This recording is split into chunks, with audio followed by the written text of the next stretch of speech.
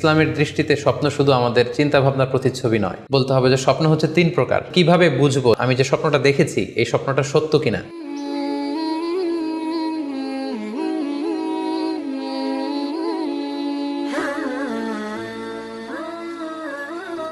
আসসালামু আলাইকুম ওয়া রাহমাতুল্লাহি ওয়া বারাকাতুহু। নাহমাদুহু ওয়া নুসাল্লি আলা রাসূলিহিল কারীম। আম্মা বা'দু ফাআউযু বিল্লাহি মিনাশ শাইতানির রাজীম। বিসমিল্লাহির রহমানির রহিম। প্রিয় দিনী ভাই এবং বোনেরা, আজকে আমরা স্বপ্ন নিয়ে কথা বলবো। ইসলামে স্বপ্নের গুরুত্ব এবং তাৎপর্যের ব্যাপারে আমরা প্রায়ই অনেকের কাছ থেকে শুনে থাকি যে তারা ভয়ঙ্কর কিছু স্বপ্ন দেখে থাকেন, এবং অনেকে স্বপ্ন দেখে এই স্বপ্নের ব্যাখ্যা কি হতে পারে বা তাবির কি হতে পারে সেটি জানবার জন্য অনেক সময় আমাদের শরণাপন্ন হন, বা অনেক মানুষ অনেক ধরনের স্বপ্ন দেখে থাকেন। এ ব্যাপারে আমাদের কাছে ওনারা জানতে চান যে এই স্বপ্নের মানে কি, এটার তাৎপর্য কি, এটা অর্থবহ কিনা, বা তাদের কি করা উচিত। তো সেজন্য আজকে আমরা এই স্বপ্ন নিয়ে the significance of dream in Islam এই ব্যাপারে বিস্তর আলোচনা করবার চেষ্টা করব। আমা তাওফিকি ইল্লা বিল্লাহ।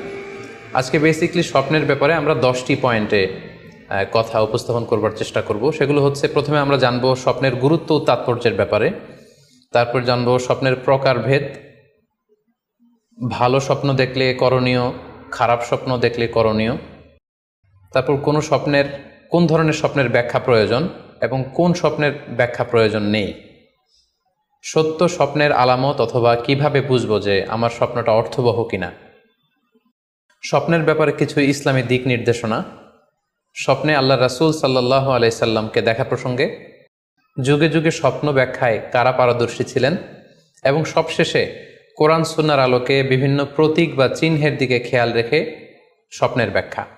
এই 10টি পয়েন্টে আজকে আমরা স্বপ্ন নিয়ে আলোচনা করার চেষ্টা করব ইনশাআল্লাহ। আমরা সাধারণত অনেকে মনে করে থাকি যে স্বপ্ন হচ্ছে নিছক একটি স্বপ্ন বা এটা কল্পনাপ্রসূত বিষয়। মুমিনের জীবনে বা বিশ্বাসীর জীবনে স্বপ্ন শুধু নিছক স্বপ্ন নয়, বরং এটা মুমিন জীবনে অনেক অর্থবহ এবং তাৎপর্যপূর্ণ। মুমিন জীবনে এটা একটা ভালো স্বপ্ন হতে পারে আল্লাহ তাআলার পক্ষ থেকে কোনো ধরনের সুসংবাদ কিংবা দিক নির্দেশনা, কিংবা হতে পারে বান্দার প্রতি সতর্কবাণী। একচোখা বস্তুবাদীরা বলে থাকে আমরা যখন ঘুমাই তখন মস্তিষ্ক আমাদের স্মৃতিগুলো নিয়ে নাড়াচাড়া করে, আমাদের স্মৃতিগুলোকে পুনর্বিন্যাস করে, আর সেটাই আমাদের কাছে স্বপ্ন হিসেবে ধরা দেয়। অর্থাৎ তারা বলতে চায় যে স্বপ্ন হচ্ছে ঘুমের ঘোরে আমাদের দৈনন্দিন জীবনে ঘটে যাওয়া আমাদের চিন্তা বা ভাবনার প্রতিচ্ছবি। কিন্তু ইসলামের দৃষ্টিতে স্বপ্ন শুধু আমাদের চিন্তা ভাবনার প্রতিচ্ছবি নয়, এটা হতে পারে আল্লাহ তাআলার পক্ষ থেকে সুসংবাদ, হতে পারে গ্ল্যাড টাইডিংস কিংবা সতর্কবাণী। তাই এই স্বপ্নের ব্যাপারে আমাদেরকে খুব ভালো ধারণা রাখা উচিত। শুরুতে আমরা বলবো যে এর গুরুত্ব এবং তাৎপর্য কতটুকু। স্বপ্ন হচ্ছে নবুয়তের সূচনা। নবুয়তের সূচনা হয়েছিল স্বপ্নের মাধ্যমে। আল্লাহ রাসূল সাল্লাল্লাহু আলাইহি ওয়াসাল্লাম যখন নবী হিসেবে অফিসিয়ালি অ্যাসাইন্ড হন, তার আগে তিনি টানা 6 মাস স্বপ্ন দেখেছেন, যেটা সহিহ বুখারীতে এসেছে। আউয়ালু মা বুদিআ বিহি রাসূলুল্লাহি সাল্লাল্লাহু আলাইহি ওয়াসাল্লাম আর-রুইয়া আস-সাদিকা ফিন-নাওম। রাসূল সাল্লাল্লাহু আলাইহি ওয়াসাল্লামের কাছে ওহী বা রেভেলেশনের সূচনা হয়েছিল স্বপ্নের মাধ্যমে। ফাকানা লা ইয়ারা রুইয়া ইল্লা জাআত মিসলা ফালাকিস সুবহি। আর রাতে স্বপ্নে রাসূল সাল্লাল্লাহু আলাইহি ওয়াসাল্লাম যা দেখতেন, দিনের বেলা সেটা প্রভাতের সূর্য কিরণের ন্যায় রাসূল সাল্লাল্লাহু আলাইহি ওয়াসাল্লামের কাছে সুস্পষ্ট হয়ে যেত। অর্থাৎ যা তিনি রাতে দেখতেন স্বপ্নে, দিনের বেলা সেটাই হুবহু ঘটে যেত। তো এই হাদিস থেকে আমরা বুঝতে পারি যে স্বপ্ন হচ্ছে ওহীর সূচনা, অর্থাৎ ওহীর সূচনাটা হয়েছিল স্বপ্নের মধ্য দিয়ে। পাশাপাশি আমরা জানি যে ইব্রাহিম আলাইহিস সালাম উনি স্বপ্নে দেখেছিলেন যে উনি ওনার কলিজার টুকরো সন্তান ইসমাঈল আলাইহিস সালামকে জবাই করছেন, যেটা সূরাতুস সাফফাতের 102 নম্বর আয়াতে আল্লাহ তাআলা আমাদেরকে বলছেন। ইব্রাহিম আলাইহিস সালাম বলেছিলেন, ইয়া বুনাইয়া ইন্নী আরা ফিল মানামি আন্নী আযবাহুক ফানজুর মাযা তারা। অর্থাৎ, হে আমার সন্তান ইসমাইল, আমি স্বপ্নে দেখেছি যে আমি তোমাকে জবাই করছি, এখন তোমার অভিমত কি, তোমার অপিনিয়ন কি? সাইয়েদনা ইসমাঈল আলাইহিস সালাম বলেছিলেন, ইফআল মা তুমার সাতাজিদুনি ইনশাআল্লাহু মিনাস সাবিরিন। মানে বাবা, আপনি স্বপ্নে যা দেখেছেন আপনি সেটাই করেন, আপনি আমাকে ধৈর্যশীলদের অন্তর্ভুক্ত পাবেন। ছেলের এই মন্তব্য শুনে সাইয়েদনা ইব্রাহিম আলাইহিস সালাম একটি ধারালো ছুরি নিয়ে সাইয়েদনা ইসমাঈল আলাইহিস সালামকে শুইয়ে দিয়ে জবাই করতে শুরু করলেন। তো এই ঘটনা থেকে বোঝা যায় নবীদের স্বপ্ন এটা সাধারণ কোনো স্বপ্ন নয়, এটা ওহীর অন্তর্ভুক্ত। নবীদের স্বপ্ন যদি নিছক স্বপ্নই হতো তাহলে একটা স্বপ্নের উপর ভিত্তি করে সাইয়েদনা ইব্রাহিম আলাইহিস সালাম ওনার সন্তানকে জবাই করার জন্য উদ্যত হতেন না। তার মানে বোঝা গেল নবীদের স্বপ্ন হচ্ছে এটা মিন ওয়াহিল্লাহ, এটা আল্লাহ তাআলার পক্ষ থেকে নবীদের প্রতি ওয়াহি। পাশাপাশি আল্লাহ রাসূল সাল্লাল্লাহু আলাইহি ওয়াসাল্লাম যখন মক্কার কাফিরদের দ্বারা অত্যাচারিত হয়ে মদিনায় হিজরত করেছিলেন, মদিনায় যাওয়ার প্রায় 6 বছর পরে 6ষ্ঠ হিজরিতে তিনি স্বপ্ন দেখলেন যে তিনি আবার মক্কায় ফিরে গিয়েছেন। সেখানে তিনি মসজিদুল হারামে প্রবেশ করেছেন এবং বাইতুল্লাহ শরীফ তিনি তাওয়াফ করছেন। তো এই স্বপ্ন দেখার পরে আল্লাহ রাসূল সাল্লাল্লাহু আলাইহি ওয়াসাল্লাম সাহাবাদেরকে নিয়ে ওমরা করার জন্য মক্কায় রওনা হলেন। এটাই প্রমাণ করে যে স্বপ্ন যদি নবীদের জন্য নিছক স্বপ্ন হতো তাহলে এই ঝুঁকি, এই রিস্ক আল্লাহ রাসূল সাল্লাল্লাহু আলাইহি ওয়াসাল্লাম নিতেন না। কিন্তু এই ঝুঁকি নিয়েও তিনি ওমরা করতে গিয়েছিলেন, যদিও সে বছর তিনি ওমরা করতে পারেননি, ওনাকে ফিরে আসতে হয়েছিল। তৎপরবর্তী বছর অর্থাৎ 7ম হিজরিতে তিনি এই ওমরাটি সম্পাদন করেছিলেন। তো এই আয়াত এবং রাসূল সাল্লাল্লাহু আলাইহি ওয়াসাল্লামের এই ঘটনাকে কেন্দ্র করে বোঝা যায় স্বপ্ন শুধু নবীদের জন্য স্বপ্ন নয়, এটা ওহীর অন্তর্ভুক্ত। সূরাতুল ফাতিহা আল্লাহ তাআলা ইরশাদ করছেন, লাকাদ সাদাকাল্লাহু রাসূলাহুর রুইয়া বিল হক লা তাদখুলুন্নাল মাসজিদাল হারামা ইনশাআল্লাহ। অর্থাৎ আল্লাহ তাআলা আপনার স্বপ্নকে হে নবী অবশ্যই সত্যায়ন করবেন এবং অচিরে ইনশাআল্লাহ আপনি মসজিদুল হারামে উমরা করার জন্য প্রবেশ করবেন। তাহলে প্রথমে আমরা জানলাম যে নবীদের কাছে ওহীর সূচনা, বিশেষ করে রাসূল সাল্লাল্লাহু আলাইহি ওয়াসাল্লামের কাছে ওহীর সূচনা হয়েছিল স্বপ্নের মধ্যে দিয়ে। এরপর আমরা জানলাম নবীদের স্বপ্ন নিছক স্বপ্ন নয়, এটা ওহীর অন্তর্ভুক্ত। এ পর্যায়ে আমরা জানব যে বিশ্বাসীদের জন্য, যারা মুমিন, তাদের জন্য স্বপ্নের গুরুত্ব কতটুকু। সেক্ষেত্রে আমরা সহিহ বুখারীর একটা হাদিস উল্লেখ করতে পারি, যেখানে আল্লাহ রাসূল সাল্লাল্লাহু আলাইহি ওয়াসাল্লাম বলেছেন, লাম ইয়াবকা মিনান নবুওয়াতি ইল্লাল মুবাশশিরাত। অর্থাৎ নবুয়ত আর পৃথিবীতে নেই, নবী হওয়ার সুযোগ আর পৃথিবীতে নেই, নবুয়ত বন্ধ হয়ে গিয়েছে। কিন্তু আল্লাহ তাআলার পক্ষ থেকে মুবাশশিরাত কিন্তু বন্ধ হয়নি, মুবাশশিরাত আসবে। সাহাবা জিজ্ঞেস করলেন, ওমাল মুবাশশিরাত, হে আল্লাহ রাসূল মুবাশশিরাত কি? আল্লাহ রাসূল সাল্লাল্লাহু আলাইহি ওয়াসাল্লাম বললেন, আর রুইয়া আস-সালেহা। মুবাশশিরাত হচ্ছে সত্য স্বপ্ন। বিশ্বাসীরা যখন রাত্রিবেলা সত্য স্বপ্ন দেখবে, বিশ্বাসীদের জন্য সত্য স্বপ্ন বা সুন্দর স্বপ্ন নিছক স্বপ্ন নয়, এটা আল্লাহ তাআলার পক্ষ থেকে গ্ল্যাড টাইডিংস, সুসংবাদ হতে পারে অথবা সতর্ক করা হতে পারে। এমনকি আল্লাহ রাসূল সাল্লাল্লাহু আলাইহি সাল্লাম বলেছেন যে ভালো স্বপ্ন হচ্ছে নবুয়তির 46 ভাগের 1 ভাগ। সহিহ বুখারীতে এসেছে, আল্লাহর হাবিব সাল্লাল্লাহু আলাইহি ওয়াসাল্লাম ইরশাদ করেন, আর রুইয়া আস-সালিহা জুজউন মিন 46 জুজআন মিনান নবুওয়া। অর্থাৎ ভালো স্বপ্ন বা সত্য স্বপ্ন নবুয়তির 46 ভাগের 1 ভাগ। Could you imagine that? কি করে একজন বিশ্বাসী স্বপ্ন নবুয়তির 46 ভাগের 1 ভাগ হতে পারে? তার মানে মুমিনের স্বপ্ন, একজন বিশ্বাসীর স্বপ্নকে আল্লাহ তাআলা অনেক বেশি গুরুত্ব দিয়েছেন। এটা শুধু স্বপ্ন নয়, এটা হতে পারে আল্লাহ তাআলার পক্ষ থেকে একটা গাইডেন্স, হতে পারে কোনো গ্ল্যাড টাইডিংস, সুসংবাদ, হতে পারে কোনো সতর্কতা বাণী। এজন্য এই স্বপ্নকে, বিশ্বাসীদের স্বপ্নকে আল্লাহ রাসূল সাল্লাল্লাহু আলাইহি ওয়াসাল্লাম নবুয়তির 46 ভাগের 1 ভাগ বলে উল্লেখ করেছেন। কেন তিনি বিশ্বাসীদের স্বপ্নকে নবুয়তির 46 ভাগের 1 ভাগ বলে উল্লেখ করলেন? এর কারণ হচ্ছে, আমরা জানি যে আল্লাহ রাসূল সাল্লাল্লাহু আলাইহি সাল্লাম তিনি নবী হয়েছিলেন কত বছর বয়সে? জি, 40 বছর বয়সে। এবং তিনি পৃথিবী থেকে ইন্তেকাল করেছিলেন 63 বছর বয়সে। অর্থাৎ ওনার নবুয়তির পুরো ডিউরেশনটা ছিল 23 বছর। তাহলে নবুয়তির সময়সীমা ডিউরেশন ছিল 23 বছর। আর নবুয়তি প্রাপ্তির আগে তিনি টানা 6 মাস শুধু স্বপ্ন দেখতেন। তাহলে এই 6 মাসকে যদি আমরা 23 বছর দিয়ে 23 বছরের উপর ভাগ করি, তাহলে এটা 46 ভাগের 1 ভাগ হয়। এবং সে কারণে আল্লাহ রাসূল সাল্লাল্লাহু আলাইহি সাল্লাম সত্য স্বপ্নকে নবুয়তির 46 ভাগের 1 ভাগ বলে ঘোষণা করেছেন। এই পর্যায়ে আমরা জানব স্বপ্নের প্রকার ভেদের ব্যাপারে। খুব সোজা সাপটা যদি বলতে হয়, তাহলে বলতে হবে যে স্বপ্ন হচ্ছে 3 প্রকার। একটা হচ্ছে আল্লাহ তাআলার পক্ষ থেকে, যেটা আল্লাহ দেখান। আরেকটি হচ্ছে শয়তানের পক্ষ থেকে, যেটি শয়তান মানুষকে দেখায়। আরেকটি হচ্ছে নিজের পক্ষ থেকে, অর্থাৎ সারাদিন আপনি যেটা নিয়ে কনসার্নড, সারাদিন আপনি আপনার চিন্তা ভাবনার মধ্যে যেই জিনিসটাকে স্থান দেন, সেটাই আপনি রাত্রিবেলা দেখেন। অর্থাৎ দিনের বেলা হয়তো কেউ খেলাধুলা নিয়ে খুব ব্যস্ত, সে খুব ফুটবল পছন্দ করে, সারাদিন ফুটবল খেলে। দেখা যাবে যে রাতের বেলাও সে স্বপ্নে দেখছে যে সে ফুটবল খেলছে, অথবা স্টেডিয়ামে যে সে ফুটবল খেলা দেখছে। দিনের বেলা হয়তো সে বাজারে যে ব্যবসা বাণিজ্য করে, রাতেও হয়তো দেখা যাচ্ছে সে যে জিনিসপত্র কিনছে, দরদাম করছে। সো এটা তার পক্ষ থেকে। তাহলে বেসিকলি স্বপ্ন হচ্ছে 3 ধরনের। একটা আল্লাহর পক্ষ থেকে, একটা শয়তানের পক্ষ থেকে, আরেকটা হচ্ছে নিজের পক্ষ থেকে, যেটা আমরা সহি মুসলিমের একটি বর্ণনা থেকে জানতে পারি, যেখানে আল্লাহ রাসূল সাল্লাল্লাহু আলাইহি ওয়াসাল্লাম ইরশাদ করছেন, আর রুইয়া সালাসা, স্বপ্ন হচ্ছে 3 ধরনের।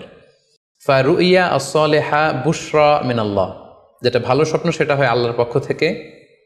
ওয়া রুইয়া তাহজিনুন মিনাশ শাইতান, আরেকটা স্বপ্ন থাকে যেটা শয়তানের পক্ষ থেকে, সেটা ভয় দেখানো হয়। ভয়ঙ্কর যদি কোনো দুঃস্বপ্ন দেখে থাকেন তাহলে এটা আল্লাহর পক্ষ থেকে নয়, এই স্বপ্নটা শয়তানের পক্ষ থেকে। আরেকটি হচ্ছে রুইয়া মিম্মা ইউহাদ্দিসুল মারউ নাফসাহু, আরেকটি স্বপ্ন ব্যক্তি সে নিজের সাথে নিজে স্বপ্নে হয়তো কথা বলে বা এমন কিছু দেখে যেটা সুসংবাদও নয়, যেটা ভয়ঙ্করও কিছু নয়, বরং সারাদিন সে যে বিষয়টি নিয়ে চিন্তা ভাবনা করতো রাতে সেটার একটা প্রতিচ্ছবি, সেটাই সে দেখতে পাচ্ছে। এটা হচ্ছে নিজের পক্ষ থেকে স্বপ্ন।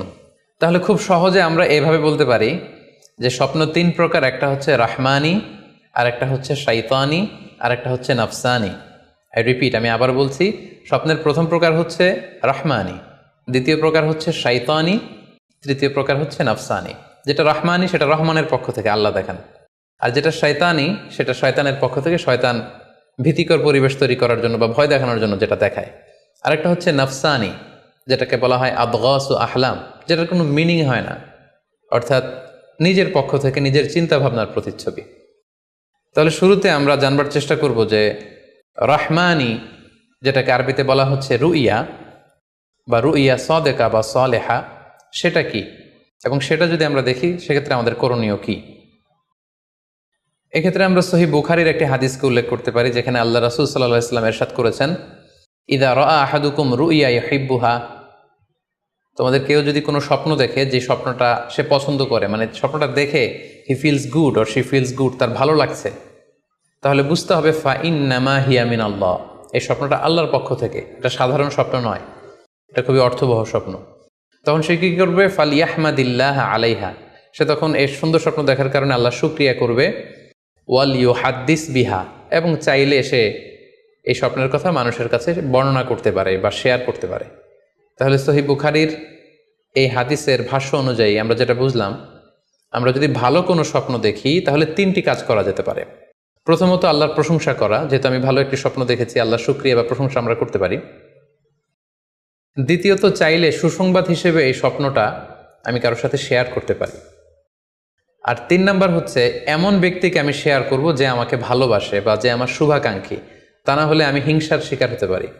কারণ আন-নি'মাতু মাহসুদা, যে কোনো ধরনের নেয়ামতই, আপনি যদি আল্লাহর কোনো বিশেষ মার্সি, ব্লেসিংস বা নেয়ামত পেয়ে ধন্য হন, এটা সবার ভালো নাও লাগতে পারে, এটা সবার অন্তরে সহ্য নাও হতে পারে, ফলে আপনি হিংসার শিকার হতে পারেন। সো ভালো স্বপ্ন দেখলে আপনি চাইলে কারোর কাছে শেয়ার করতে পারেন, সেক্ষেত্রে সে যদি আপনার শুভাকাঙ্ক্ষী হয় বা আপনাকে পছন্দ করে, আপনাকে ভালোবাসে, এরকম কাছের কারোর সাথে আপনি শেয়ার করতে পারেন।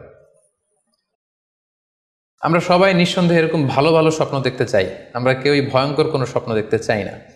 আমরা নিঃসন্দেহে এমন স্বপ্ন দেখতে চাই রাতের বেলায় যেই স্বপ্নে আল্লাহ তাআলার পক্ষ থেকে আমাদের জন্য দিক নির্দেশনা থাকবে, অথবা কোনো সুসংবাদ থাকবে, কিংবা থাকবে আগাম কোনো সতর্কতা বাণী। এ জাতীয় ভালো স্বপ্ন যদি আমরা দেখতে চাই তাহলে আমাদের কি করা উচিত? সেক্ষেত্রে সর্বপ্রথম আমাদের যেটা করতে হবে, আমাদেরকে সত্যবাদী হতে হবে। সাধারণত সত্যবাদীদের স্বপ্ন সত্য হয়ে থাকে। যেখানেই সত্য সেখানেই যেন আমার অবস্থান হয়, আমি যেন সবসময় সত্যের পক্ষে থাকি। 2 নম্বর হচ্ছে আকলুল হালাল, আমাকে হালাল খেতে হবে। যারা হালাল খায় তাদের স্বপ্ন সাধারণত সত্য হয় এবং অর্থবহ স্বপ্ন হয়। পাশাপাশি আল্লাহ তাআলার দেয়া যে আদেশ নিষেধ সেগুলো আমাকে মেনে চলতে হবে। 4 নম্বরে রাত্রিবেলা আমি যখন ঘুমাবো আমাকে অজু করে ঘুমাতে হবে। ওয়ায়ানামু আলা তাহারা, পবিত্রতার সাথে যদি কেউ ঘুমায় তাহলে অজু করে ঘুমালে রাতে সে যে স্বপ্ন দেখবে সাধারণত সে স্বপ্নটি সত্য হয়। যদি সম্ভব হয় ক্যাবলামুখী হয়ে শোয়া, ক্যাবলামুখী হয়ে আমরা শুতে পারি। এই বিষয়গুলো যদি আমরা এনশিওর করতে পারি, অর্থাৎ সত্যবাদী হওয়া, হালাল খাবার খাওয়া, আল্লাহর দেয়া বিধিনিষেধ সবসময় মেনে চলবার চেষ্টা করা, রাত্রিবেলা অজু অবস্থায় ঘুমানোর অভ্যেস করা, পাশাপাশি ক্যাবলামুখী হয়ে শোয়ার চেষ্টা করা, এই বিষয়গুলো যদি আমরা মেনটেন করার চেষ্টা করি তাহলে আমরা যে স্বপ্নগুলো দেখব সেগুলো সত্য স্বপ্ন হবে বলে আমরা আশা করি। প্রিয় সুধী, এবারে আমরা জানব স্বপ্নের দ্বিতীয় প্রকারের ব্যাপারে, অর্থাৎ যেটাকে আরবিতে বলা হচ্ছে হলম, বা আমরা বলেছি শয়তানি, যেটা শয়তানের পক্ষ থেকে আসে। সেক্ষেত্রে শয়তান এটা সাধারণত মানুষকে ভয় দেখানোর জন্য ঘুমের মধ্যে তার কোনো অকল্যাণ করার জন্য যে স্বপ্নটা দেখায় এটা হচ্ছে শায়তানি। সেক্ষেত্রে সহিহ মুসলিমের একটি হাদিসের কথা আমরা এখানে উল্লেখ করতে পারি। সেখানে আল্লাহ রাসূল সাল্লাল্লাহু আলাইহি ওয়াসাল্লাম বলেছেন, আর রুইয়া মিন আল্লাহ, ভালো স্বপ্ন হচ্ছে আল্লাহর পক্ষ থেকে, ওয়াল হুলমু মিনাশ শাইতান, আর খারাপ স্বপ্ন হচ্ছে শয়তানের পক্ষ থেকে। এখন কেউ যদি আমরা এই ভয়ঙ্কর স্বপ্ন রাতে দেখে ফেলি, যেটাকে আমরা নাইট মেয়ার বলি বা হরর ড্রিম বলি, ভয়ঙ্কর স্বপ্ন বা দুঃস্বপ্ন, যেটা দেখে আমরা খুব হাঁপিয়ে উঠি, আমাদের শ্বাস প্রশ্বাসের গতিবিধি বেড়ে যায়, আমরা খুব ভয় পাই, প্রচণ্ড ভয়ে আমরা আতকে উঠি এবং ঘুম ভেঙে যায় আমাদের, এরকম ভয়ঙ্কর স্বপ্ন যদি আমরা দেখি তখন আমরা কি করব? এ ব্যাপারে কি ইসলামের কোনো দিক নির্দেশনা আছে? হ্যাঁ, অবশ্যই দিক নির্দেশনা আছে। সেক্ষেত্রে আমরা সহিহ মুসলিমের একটি হাদিস উল্লেখ করতে পারি এখানে, যেখানে আল্লাহ রাসূল সাল্লাল্লাহু আলাইহি ওয়াসাল্লাম বলেছেন, ইযা রাআ আহাদুকুম আর রুইয়া ইয়াকরাহুহা, তোমাদের কেউ যদি রাতে এমন কোনো স্বপ্ন দেখে যেটা সে অপছন্দ করে, মানে ভয়ঙ্কর ভীতিকর দুঃস্বপ্ন যদি সে দেখে, তাহলে ফাল ইয়াবসুক আন ইয়াসারিহি সালাসান, সে যেন তার বাম দিকে 3 বার থুতু ফেলে। ওয়াল ইস্তাইয বিল্লাহি মিনাশ শাইতানি সালাসান, আর সে যেন শয়তানের ব্যাপারে আল্লাহ তাআলার কাছে 3 বার পানাহা চায় বা আশ্রয় প্রার্থনা করে। ওয়াল ইয়াতাহাওয়াল আন জামবিহি আল্লাযী কানা আলাই, আর যে পাশে হয়ে সে শুয়েছিল সে পাশ চেঞ্জ করে অন্য পাশ হয়ে যেন সে ঘুমায়। সুবহানাল্লাহি বিহামদি, কত চমৎকার দিক নির্দেশনা। এবং সুনানে ইবনু মাজায় আরও একটি সহিহ হাদিস আমরা এখানে উল্লেখ করতে পারি, যেখানে আল্লাহ রাসূল সাল্লাল্লাহু আলাইহি ওয়াসাল্লাম বলেছেন, ইযা রাআ আহাদুকুম রুইয়া ইয়াকরাহুহা, কেউ যদি রাতে খারাপ বা ভয়ঙ্কর কোনো স্বপ্ন দেখে, ফালিয়াতাহাওয়াল, সে যেন তার বিছানা চেঞ্জ করে নেয়, জায়গা চেঞ্জ করে নেয়। অর্থাৎ সে যে বিছানায় শুয়েছিল সেখানে না, সে অন্য কোথাও শোবে, অথবা যেই টার্নে শুয়েছিল অন্য টার্নে চলে যাবে, ডানে হলে বায়ে, বায়ে হলে ডানে। ওয়াল ইয়াতফুল আন ইয়াসারিহি সালাসান, এবং তার বাম দিকে যেন সে 3 বার থুতু ফেলে। ওয়াল ইয়াসআলিল্লাহ মিন খায়রিহা ওয়াল ইয়াতাআওয়ায মিন শাররিহা, এবং সে যেন এই স্বপ্নের ভালো দিকটা আল্লাহ তাআলার কাছে কামনা করে, এবং এই স্বপ্নের মন্দ বা অকল্যাণকর দিক থেকে যেন সে আল্লাহ তাআলার কাছে পানাহা চায়। সম্মানিত সুধীমণ্ডলী, এই হাদিস দুটির আলোকে আমরা বুঝতে পারি যে কেউ যদি হরর ড্রিম বা নাইট মেয়ার, যেটাকে আমরা দুঃস্বপ্ন বা ভয়ঙ্কর স্বপ্ন বলছি, এই ধরনের স্বপ্ন অনেকেই দেখে থাকে এবং আমাদের কাছে প্রায়ই বলে যে সে দুঃস্বপ্ন দেখে রাতের বেলা, ভয়ে সে ভড়কে যায়, আতকে ওঠে, ঘুম ভেঙে যায়। এ জাতীয় দুঃস্বপ্ন যদি আপনারা কেউ দেখেন, সেক্ষেত্রে এই হাদিসের আলোকে আমরা বলতে পারি যে আপনি 6টি কাজ করবেন। 1 নম্বর হচ্ছে আপনি বাম দিকে 3 বার থুতু ফেলবেন। 2 নম্বর হচ্ছে 3 বার আপনি তাআউয পড়বেন, অর্থাৎ আপনি পড়তে পারেন আউযু বিল্লাহি মিনাশ শাইতানির রাজিম, অর্থাৎ হে আল্লাহ, আমি বিতাড়িত শয়তানের ব্যাপারে আপনার কাছে পানাহা চাচ্ছি। অথবা আপনি পড়তে পারেন আউযু বিল্লাহি মিন শাররিহা, হে আল্লাহ, আমি এই শয়তানের অকল্যাণকর বা যে এভিল সাইড আছে, খারাপ দিক আছে, এই ব্যাপারে আমি আপনার কাছে পানাহা চাচ্ছি। 3 বার আপনি এটা পড়বেন। 3 নম্বরে আপনি যদি আপনার ঘুমকে আবারও কন্টিনিউ করতে চান, তাহলে বা দিকে থেকে যদি স্বপ্ন দেখেন, তাহলে আপনি ডান দিকে টার্ন করবেন। আপনি ডান কাতে ঘুমাচ্ছিলেন এরকম যদি হয়, তাহলে বাম দিকে আপনি সরে যাবেন, অথবা যেখানে শুয়েছিলেন ওই জায়গাটা চেঞ্জ করে অন্য কোথাও শোবেন। 4 নম্বর হচ্ছে আপনি যদি ঘুম আর কন্টিনিউ করতে না চান, তাহলে আপনি অজু করে ফেলবেন। তাৎক্ষণিক আপনি আপনার ঘুম যদি আপনি কন্টিনিউ করতে না চান, অজু করে ফেলবেন এবং 2 রাকাত সালাত আদায় করবেন। 5 নাম্বার হচ্ছে এই স্বপ্ন আপনি কারোর সাথে শেয়ার করবেন না। এ ব্যাপারে আমরা সামনে বিস্তারিত বলছি। ভয়ঙ্কর স্বপ্ন দেখলে সাধারণত কারোর সাথে শেয়ার করবেন না। যদি শেয়ার করতে হয় তাহলে প্রলিফিক স্কলার, ভালো আলেম, যার এলেম আছে, যার আমল আছে, এরকম লোক, কিংবা আপনার ওয়েল উইশার যারা আছে, আপনার শুভাকাঙ্ক্ষী, এরকম কারোর সাথে শেয়ার করতে পারেন। 6 নাম্বার, যদি সুযোগ হয় আপনি কিছু চ্যারিটি করে যেতে পারেন, দান করে যেতে পারেন, কারণ সাদাকাতু তারুদ্দুল বালা, দান করলে, চ্যারিটি করলে এটা মানুষের বিপদ বা বালা মুসিবতকে দূর করে দেয়। এ পর্যায়ে আমরা শুনবো স্বপ্নের 3 নম্বর প্রকারের ব্যাপারে, অর্থাৎ যেটাকে আমরা বলেছিলাম আদগাস ও আহলাম বা নাফসানি। এটা আল্লাহ তাআলাও দেখান না, যেটা শয়তানও ভয় দেখানোর জন্য দেখায় না, বরং এটা আমার চিন্তা ভাবনার প্রতিচ্ছবি। এটা সাধারণত অর্থহীন স্বপ্ন আমরা বলে থাকি, এটার কোনো অর্থ হয় না, বা আমার কল্পনা প্রসূত স্বপ্ন। সারাদিন আমি যেটা নিয়ে ভাবি, যেটা নিয়ে আমি কনসার্ন বা টেন্সড, ওইটাই আমি রাতের বেলায় দেখছি। এ জাতীয় স্বপ্ন যদি আমরা দেখি, তাহলে এই স্বপ্নের কোনো অর্থ নেই, এটাতে কোনো দিক নির্দেশনা নেই, এটা সাধারণত অর্থহীন এবং কল্পনাপ্রসূত স্বপ্ন হয়ে থাকে। এই স্বপ্নের কোনো ব্যাখ্যা হয় না। সম্মানিত সুধী, এ পর্যায়ে আমরা জানবো যে কোন স্বপ্নের ব্যাখ্যার প্রয়োজন হয় এবং কোন স্বপ্নের কোনো ব্যাখ্যার প্রয়োজন হয় না। সাধারণত ব্যাখ্যা প্রয়োজন হয় কি হয় না, এদিক থেকে স্বপ্ন 2 ধরনের। এক হচ্ছে সরিহ, মানে ডিরেক্ট ড্রিম, যেটা সুস্পষ্ট, অর্থাৎ রাতে আপনি যা স্বপ্নে দেখেছেন, দিনের বেলা সেটাই ঘটতে দেখেছেন। আপনি রাতে স্বপ্ন দেখলেন আপনার কোনো একজন কাছের লোক মারা গিয়েছে, এরপরের দিন আপনি শুনলেন আসলেই সেই ব্যক্তিটি মারা গিয়েছে। অথবা রাতের বেলা আপনি কোনো একটা ঘটনা দেখলেন, তারপরের দিন সেই ঘটনাটাই আপনি ঘটতে দেখলেন। এটাকে বলা হয় ডিরেক্ট ড্রিম, মানে সুস্পষ্ট এবং সরিহ, একেবারে স্পষ্ট স্বপ্ন। এটার কোনো ব্যাখ্যার প্রয়োজন হয় না, কারণ আপনি যা দেখেছেন সেটাই ঘটেছে। আরেকটা প্রকার হচ্ছে গয়রু সরিহ, মানে যেটা স্পষ্ট নয়, ইনডিরেক্ট ড্রিম, যেটা অস্পষ্ট। এটা হচ্ছে সিম্বলিক বা আইকনিক ড্রিম। আপনি এমন অস্পষ্ট আইকনিক বা এমন কিছু সিম্বল দেখেছেন রাতে ঘুমের ঘোরে স্বপ্নে, যেটা থেকে সুস্পষ্ট আসলে কিছু বোঝা যায় না, বরং এখানে একটা সিম্বল আছে, এখানে একটা প্রতীক আছে বা আইকন আছে। এই জাতীয় যে স্বপ্নগুলো আছে সাধারণত এগুলোর ব্যাখ্যার প্রয়োজন হয়, যেহেতু আপনি বুঝতে পারছেন না যে এটা দিয়ে আসলে কি বোঝানো হচ্ছে। সম্মানিত সুধী, এ পর্যায়ে আমরা জানার চেষ্টা করব যে সত্য স্বপ্নের আলামত কি কি, অর্থাৎ কিভাবে বুঝবো যে আমি যে স্বপ্নটা দেখেছি এই স্বপ্নটা সত্য কিনা বা অর্থবহ কিনা। অনেকে আমাদের কাছে জানতে চায় যে আমি এই স্বপ্নটা দেখেছি, এটা কি সত্য স্বপ্ন, এটা কি অর্থবহ স্বপ্ন, বা এটা কি আল্লাহর পক্ষ থেকে কোনো গাইডেন্সমূলক বা দিক নির্দেশনা বা সুসংবাদমূলক স্বপ্ন। কিভাবে আমরা বুঝতে পারি? কিছু আলামত রয়েছে, কিছু নিদর্শন রয়েছে, যেগুলোর আলোকে কিন্তু আমরা সহজেই বুঝতে পারি যে স্বপ্নটা সত্য কিনা। সুনানে আবু দাউদের এক বর্ণনায় আল্লাহ রাসূল সাল্লাল্লাহু আলাইহি ওয়াসাল্লাম ইরশাদ করেছেন, আসদাকুন নাসি রুইয়া আসদাকুহুম হাদিসা। যে ব্যক্তি সত্য কথা বলে বেশি, তার স্বপ্ন সত্য হয় বেশি। তাহলে সহজে আমরা বুঝলাম, আপনি যদি সত্যবাদী হন, সাধারণত আপনার স্বপ্নগুলো জেনারেলি সত্য হবে। সেক্ষেত্রে সত্য স্বপ্ন বা অর্থবহ স্বপ্ন চেনার প্রথম আলামত হচ্ছে এই স্বপ্ন দেখে আপনার ভাল লাগবে। You feel good after seeing the dream. আপনি স্বপ্ন দেখার পরে আপনার খুব স্বস্তি লাগবে, আপনার ভালো লাগবে, আপনার কাছে এই স্বপ্নটা পছন্দ হবে, খুব ভালো লাগবে স্বপ্নটা। যদি এরকম ফিলিং হয় আপনার, তাহলে আপনি বুঝবেন এই স্বপ্নটা সত্য ছিল এবং অর্থবহ ছিল। 2 নাম্বার হচ্ছে true dreams are very short and concise. সত্য স্বপ্ন খুবই শর্ট হয়, কনসাইজ হয়। আরবিতে যেটাকে বলা হয় ওয়াদেহা জালিয়া, খুবই শর্ট, স্পষ্ট, ক্লিয়ার এবং কনসাইজ। অনেকে রাতে অনেক লম্বা লম্বা স্বপ্ন দেখে, লম্বা এপিসোড দেখে, একটার পর একটা ঘটনা দেখতে থাকে, মুভির মতো লম্বা লম্বা ঘটনা সে দেখতে থাকে। এই জাতীয় লম্বা লম্বা ঘটনা যদি আপনি দেখে থাকেন রাতে, বা এপিসোড আকারে একটার পর একটা ঘটনা যেটার সাথে কোনো মিল নেই, এই জাতীয় স্বপ্নের সাধারণত কোনো অর্থ হয় না, এগুলো অর্থবহ স্বপ্ন নয়। অর্থবহ স্বপ্ন চেনার 3 নাম্বার আলামত বা সাইন হচ্ছে রিপিটেশন। অর্থাৎ একই স্বপ্ন যদি আপনি বারবার দেখেন তাহলে বুঝতে হবে এটা অর্থবহ স্বপ্ন, এবং এটার মাধ্যমে আল্লাহ তাআলা আপনাকে কোনো দিক নির্দেশনা বা গাইডেন্স দিতে যাচ্ছেন। আপনাকে বোঝার চেষ্টা করতে হবে যে আসলে আল্লাহ তাআলা আপনাকে কি বোঝাতে চাচ্ছেন। তাহলে 3 নাম্বার হচ্ছে রিপিটেশন। বারবার যদি কোনো স্বপ্ন দেখেন, এই স্বপ্নটা সত্য হবে এবং অর্থবহ হবে। এটা নট নেসেসারি যে আপনি একাই বারবার দেখেন।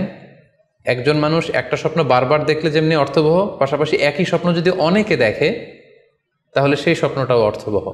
অর্থাৎ আপনি একটা স্বপ্ন প্রায় দিন দেখেন, তাহলে বোঝা যাচ্ছে এটা অর্থবহ স্বপ্ন। অথবা একটা স্বপ্ন অনেক লোক একসাথে দেখেছে, তারপরের দিন একে অপরের সাথে শেয়ার করে বোঝা গেল যে সবাই একই স্বপ্ন দেখেছে, তাহলে বোঝা যাবে এটা সাধারণ স্বপ্ন নয়, এটা অর্থবহ স্বপ্ন, মিনিংফুল স্বপ্ন। যেমন এক্ষেত্রে আমরা লাইলাতুল কদরের একটা হাদিসের কথা উল্লেখ করতে পারি। সহিহ বুখারীতে এসেছে, রমাদান মাসে সাহাবারা স্বপ্ন দেখলেন, অনেক সাহাবা একসাথে স্বপ্ন দেখলেন যে ওনাদেরকে বলা হচ্ছে রমাদানের শেষ দশকের শেষ 7 দিনের যে কোনো একদিন কদর হয়ে যেতে পারে। ওনারা সবাই এসে সাহাবা রিদওয়ানুল্লাহি তাআলা আলাইহিম আজমাইন আল্লাহ রাসূল সাল্লাল্লাহু আলাইহি ওয়াসাল্লামের কাছে বললেন, ইয়া রাসূলুল্লাহ, আমি স্বপ্নে দেখেছি যে বলা হচ্ছে কদরের জন্য রমজানের শেষ 7 দিনকে তালাশ করতে। আরেকজন এসে একই কথা বলল যে ইয়া রাসূলুল্লাহ, আমি দেখেছি রমজানের শেষ 7 দিনে কদর হতে পারে। তো এরকম অনেক সাহাবা যখন আল্লাহ রাসূল সাল্লাল্লাহু আলাইহি ওয়াসাল্লামের কাছে এসে এই ঘটনা বলল, তখন আল্লাহ রাসূল সাল্লাল্লাহু আলাইহি ওয়াসাল্লাম বললেন, আরা রুইয়াকুম কদ তাওয়াতাআত ফিস সাবঈল আওয়াখির, যে আমি দেখতে পেলাম যে তোমাদের স্বপ্নটা রমজানের শেষ 7 দিনের ব্যাপারে ঐকমত্য হয়েছে, একই ধরনের স্বপ্ন তোমরা সবাই দেখেছো, তাই তোমরা রমজানের শেষ দশকের শেষের 7 দিনে কদর তালাশ করো। রমজানের শেষ দশকের শেষ 7 দিনে কদর হয়ে যাওয়ার সম্ভাবনা বেশি। সেই বুখারীর এই হাদিসের আলোকে কিন্তু আমরা বুঝতে পারলাম যে একটি স্বপ্ন, একই ধরনের ঘটনা যদি অনেকে দেখে তাহলে এটা অর্থবহ। পাশাপাশি এক্ষেত্রে আমরা আজানের হাদিসটি উল্লেখ করতে পারি। আমরা এখন নামাজের আগে যে আজান দেয়া হয়, শুরুর দিকে কিন্তু সাহাবাদের আজানের পদ্ধতি জানা ছিল না। তখন সাহাবারা আল্লাহ রাসূল সাল্লাল্লাহু আলাইহি ওয়াসাল্লামের সাথে কনসাল্ট করছিলেন যে কিভাবে আজান দেওয়া যায়, অর্থাৎ কিভাবে ঘোষণা দেওয়া যায় সালাতের জন্য। একজন সাহাবা বলল, আমরা আগুন জ্বালিয়ে দিব, আগুনের ধোঁয়া দেখে মদিনার সবাই বুঝবে যে এখন সালাতের সময়, তো সবাই চলে আসবে। আরেকজন বলল, না, প্রতিদিন আগুন জ্বালানো এটা নিরাপদ না, বরং আমরা খ্রিস্টানদের মতো বেল বাজিয়ে দিব, একজন বেল রিঙ্গার রাখবো, যে ঘন্টা বাজালে ঘন্টার আওয়াজ শুনে খ্রিস্টানদের মতো চার্চে যেন লোকজন আসে, বাকিরা সবাই নামাজ পড়তে চলে আসবে। তো এক একজনের এক এক পরামর্শ শুনে আল্লাহ রাসূল সাল্লাল্লাহু আলাইহি ওয়াসাল্লাম কোনো সিদ্ধান্তে আসতে পারলেন না। তারপরের দিন একজন সাহাবা চমৎকার একটি স্বপ্ন দেখলেন। তিনি স্বপ্নে দেখলেন, ওনার নাম হচ্ছে আব্দুল্লাহ ইবনে যায়েদ ইবনে আব্দে রব্বি। উনি স্বপ্নে দেখলেন যে একজন লোক, খুব সম্ভবত ফেরেশতা হবেন, তার গায়ে দুইটা সবুজ রঙের জামা এবং তার হাতে বেল, ঘণ্টা। তখন তিনি ওনাকে জিজ্ঞেস করলেন, আপনি কি ঘণ্টা বিক্রি করেন? তখন স্বপ্নে সেই লোকটি বলল, ঘণ্টা দিয়ে তুমি কি করবে? তো সাহাবী বললেন যে ঘণ্টা দিয়ে আমরা নামাজের জন্য আহ্বান করব। তো স্বপ্নে সেই সবুজ কাপড় পরিহিত লোক বলল যে ঘণ্টার চাইতেও যদি চমৎকার একটা আইডিয়া তোমার সাথে শেয়ার করি, সেটাকে তুমি শুনবে? সাহাবী বললেন, হ্যাঁ শুনবো। তখন তিনি বললেন, ঘণ্টা না বাজিয়ে তোমরা উঁচু একটা জায়গায় দাঁড়িয়ে আল্লাহু আকবার, আল্লাহু আকবার, আল্লাহু আকবার, আল্লাহু আকবার, আশহাদু আল্লা ইলাহা ইল্লাল্লাহ, আশহাদু আন্না মুহাম্মাদুর রাসূলুল্লাহ, এই বাক্যগুলো তোমরা বলবে। এই বাক্যগুলোর মধ্য দিয়ে আল্লাহর বরত্বের ঘোষণা হবে, রাসূল সাল্লাল্লাহু আলাইহি ওয়াসাল্লামের রিসালাতের ঘোষণা হবে, মানুষকে চমৎকার বাক্যে নামাজের দিকে ডাকাও হবে, ফলে লোকজন নামাজেও চলে আসবে। এই চমৎকার কথা শুনে সাহাবা তো অবাক হয়ে গেলেন, ওনার ঘুম ভেঙে গেল। উনি সকালবেলা আল্লাহ রাসূল সাল্লাল্লাহু আলাইহি ওয়াসাল্লামের কাছে এসে পুরো ঘটনা শোনালেন যে একজন লোককে আমি দেখলাম হাতে ঘণ্টা, আমি বললাম ঘণ্টা কিনবো সালাতের আহ্বানের জন্য, তিনি আমাকে এই কয়েকটা বাক্য শিখিয়ে বললেন, ঘণ্টা না বাজিয়ে এই বাক্যগুলো দিয়ে আহ্বান করলে কেমন হয়। আল্লাহ রাসূল সাল্লাল্লাহু আলাইহি ওয়াসাল্লাম এই স্বপ্নের কথা শুনে তিনি অভিভূত হলেন। তিনি বললেন, তুমি ঠিকই দেখেছ, তুমি সঠিক স্বপ্ন দেখেছ। যেহেতু বেলালের কণ্ঠ খুব দরাজ, বেলালকে ডাকো, আমাদের ঘণ্টাও বাজানোর দরকার নেই, আগুন জ্বালানোর দরকার নেই, বেলালকে বাক্যগুলো মুখস্থ করিয়ে দাও। বেলাল মসজিদে নববীর পাশে দাঁড়িয়ে আওয়াজ করে এই আজান দিবে, এই ঘোষণা দিবে। এই আজান শুরু হলো। বেলাল রাদিয়াল্লাহু তাআলা আনহু একটা উঁচু জায়গায় দাঁড়িয়ে আল্লাহু আকবার, আল্লাহু আকবার বলে তিনি আজান দিতে শুরু করলেন। এই বাক্যগুলো শুনে সাইয়েদনা ওমরে ফারুক দৌড়াতে দৌড়াতে আল্লাহ রাসূল সাল্লাল্লাহু আলাইহি ওয়াসাল্লামের কাছে আসলেন। এসে বললেন, ইয়া রাসূলুল্লাহ, বেলাল এই বাক্যগুলো কোত্থেকে শিখেছে? গত রাতে তো আমি দেখেছি যে আমাকে একজন লোক বলেছে যে তোমরা এই বাক্যগুলোকে ব্যবহার করে লোকজনকে সালাতের জন্য আহ্বান করো। আল্লাহ রাসূল সাল্লাল্লাহু আলাইহি ওয়াসাল্লাম শুনে অবাক হলেন। অর্থাৎ ওই সাহাবী ঠিক যেমন স্বপ্ন দেখেছেন, ইসলামের দ্বিতীয় খলিফা সাইয়েদনা ওমরে ফারুক রাদিয়াল্লাহু তাআলা আনহু উনিও একই স্বপ্ন দেখেছেন। তার মানে একই স্বপ্ন যদি একাধিক লোকজন দেখে থাকে, সেটা যেমনি অর্থবহ, আবার আপনি একাও যদি একটি স্বপ্ন বারবার বারবার দেখেন, সেটাও অর্থবহ। আমরা আজান যে কিভাবে ইন্ট্রোডিউস হলো মুসলিম কমিউনিটির মধ্যে, এই হাদিসের আলোকে বুঝতে পারি যে কোনো স্বপ্ন আপনি বারবার দেখলে বা অনেকে একই স্বপ্ন দেখলে সে স্বপ্নটা অর্থবহ হবে। অর্থবহ স্বপ্ন দেখার 4 নম্বর সাইন হচ্ছে শেষ রাতের স্বপ্ন সাধারণত অর্থবহ হয়, অর্থাৎ লাস্ট 1/3 অফ দ্য নাইট, রাতের শেষাংশে যদি আপনি ফজরের আগ দিয়ে যে স্বপ্নটা মানুষ দেখে, সাধারণত এই স্বপ্নটা অর্থবহ হয়, এটা সত্য স্বপ্ন হয়। কারণ এই টাইমে আল্লাহ তাআলা প্রথম আকাশে নেমে আসেন বা মনোনিবেশ করেন এবং ডাকতে থাকেন, কার রিজিকের দরকার আমি রিজিক দেব, কার অর্থের দরকার আমি অর্থ এর ব্যবস্থা করে দেব, কার কি দরকার আমার কাছে চাও, অসুস্থরা আমি তাদেরকে সুস্থ করে দেব। সো ওই টাইমে আল্লাহ তাআলার বিশেষ একটা রহমত পৃথিবীতে নেমে আসে, ফলে শেষ রাতের স্বপ্ন সাধারণত অর্থবহ স্বপ্ন হয়। পাশাপাশি হাদিসে এসেছে যে কিয়ামতের আগ দিয়ে মুমিনরা যে স্বপ্নগুলো দেখবে, এই স্বপ্নগুলো সাধারণত অর্থবহ হবে। অর্থাৎ কিয়ামতের একেবারে আগ মুহূর্তে যখন মুসলমানরা খুব স্ট্রাগল করবে, মুসলমানরা যখন খুব বিপদে থাকবে, তখন মুসলমানদের যে স্বপ্নগুলো তারা রাতের বেলা দেখবে, এগুলো মিথ্যা হবে না, বেশিরভাগ স্বপ্নই সত্য হবে, অর্থবহ হবে। যেটা আমরা সহিহ বুখারীর একটা হাদিস থেকে জানতে পারি, যেখানে আল্লাহ রাসূল সাল্লাল্লাহু আলাইহি ওয়াসাল্লাম ইরশাদ করেছেন, ইযা ইকতারাবা যামানু লাম তাকাদ রুইয়াল মুমিনি তাকযিব, অর্থাৎ কিয়ামতের সময় যত ঘনিয়ে আসবে, কাছাকাছি আসবে, মুমিন বা বিশ্বাসীদের স্বপ্ন ঠিক তত সঠিক হতে থাকবে। মুমিনদের তখনকার স্বপ্ন বেশিরভাগই সত্য হবে, সেটা মিথ্যা হবে না। তাহলে এই হাদিস থেকে আমরা জানলাম কিয়ামতের আগ দিয়ে মুমিনরা যে স্বপ্নগুলো দেখবে, এগুলো সত্য হবে, অর্থবহ হবে। এ পর্যায়ে আমরা জানবার চেষ্টা করব যে স্বপ্নের ব্যাপারে কিছু ইসলামিক দিক নির্দেশনা রয়েছে। আমরা যদি এই দিক নির্দেশনাগুলো, গাইডেন্সগুলো মেনে চলি, তাহলে স্বপ্ন নিয়ে আমাদের খুব একটা কনফিউশনে থাকতে হবে না। সেক্ষেত্রে প্রথম গাইডলাইন হচ্ছে অপ্রয়োজনে স্বপ্ন অন্যের সাথে শেয়ার না করা। Do not mention the dream for interpretation except a prolific scholar or any well wisher to you.